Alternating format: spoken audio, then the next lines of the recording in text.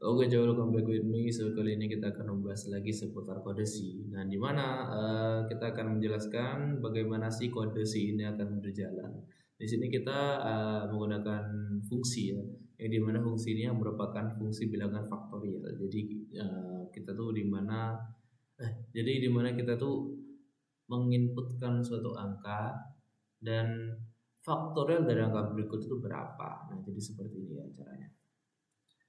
Di sini sudah ada kode ya, kita anukan aja.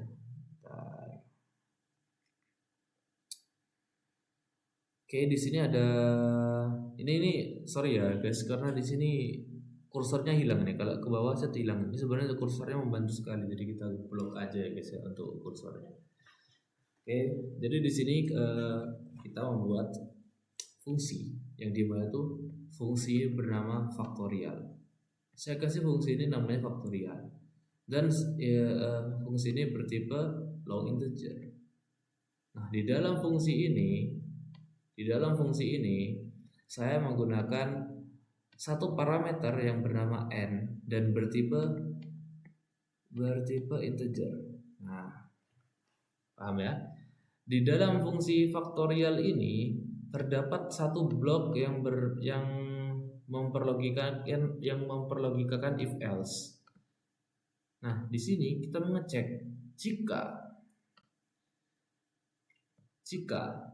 n itu kurang atau sama dengan 1, maka dia akan mereturn 1. Dia akan mengembalikan 1. Kita run dulu ya. Jadi ketika kita masukkan angka 1 ini ya, n-nya 1, harusnya dia akan mereturn 1. Kita enter. Nah, ini dia akan tetap 1 guys. Oke.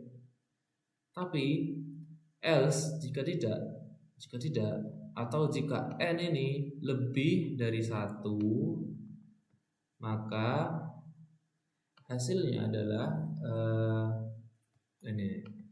Jika else kan jika tidak. Jadi kebalikannya yang if dong. Nah, yang n kan itu kurang dari 1.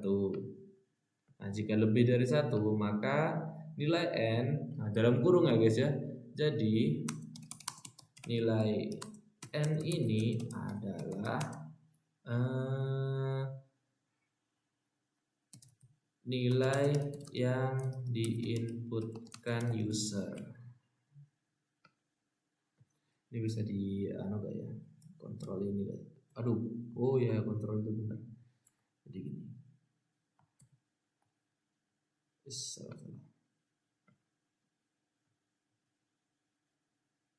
Salah. Nah, benar. Nih, ini kan ada n. Nah, n seperti apa sih maksudnya? Nah, n ini adalah nilai yang diinputkan oleh user. Misal kita inputkan 2. Nah, angka 2 inilah yang akan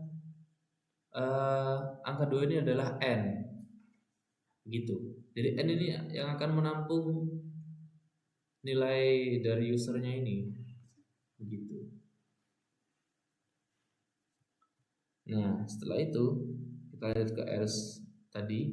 Jika tidak 1 atau jika lebih dari 1, maka nilai n ini akan dikalikan bilangan faktorial itu sendiri. Jadi misal n kita inputkan 5, maka dia akan mengalihkan, akan dikali ya, ini ada tanda kali, ke faktorial itu bilangan itu sendiri. Nah, 5 kan faktorialnya gini, ibaratnya 5. Ibaratnya 1. Jadi faktorialnya 1 kali 1. Nah, jika 2, ini guys ya, kayak gini ibaratnya nih. Jika 2 nih, faktorial 2, faktorial 3, faktorial 2. Faktorialnya itu adalah 2 kali 1. Begitu. Jika faktorialnya 3, maka berapa?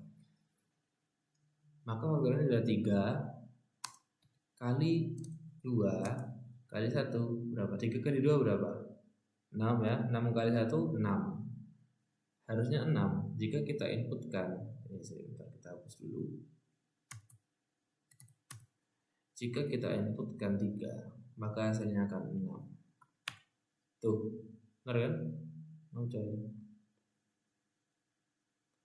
Jika paham ya, bilangan faktorial itu seperti apa? Misalnya kita 4 ya. Bilangan faktorial dari 4 itu adalah 4 kali 3 sampai 1 guys. Dari 4 itu sampai 1. Begini. Paham ya? Jadi begitu. Nah, jika n ini nilai dari user ini lebih dari 1, maka dia akan mengalihkan ke bilangan itu sendiri berapa faktorialnya. Oke, jadi setelah kita bikin fungsi ini, kita buatlah di sini fungsi. Di sini ada fungsi utama. Di sini ada fungsi utama yaitu in, pakai variabel pakai tipe data in. Di sini ada fungsi main yang berdasarkan integer. Nah, di sini kita buat variabel n. Nah, variabel n ini untuk apa sih? Variabel ini kita gunakan untuk menampung data dari user yang akan dimasukkan. Lalu printf agar kita menampilkan sebuah string yang dimana di string ini adalah masukkan nilai n. Ya, masukkan nilai n tadi kan kita ulang dari awal ya. Pertama-tama kita gunakan fungsi main, dan saya buat di main ini satu variabel n yang bertipe integer.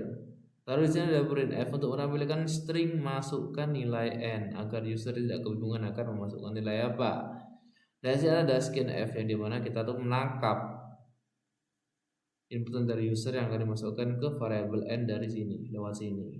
Nah, oke, lalu dia akan printf hasilnya. Ini untuk hasil faktorialnya. Nah, ingat faktor printf ya. Jadi kita gunakan string di sini. Kita gunakan string faktorial dari ini adalah ini. Nah,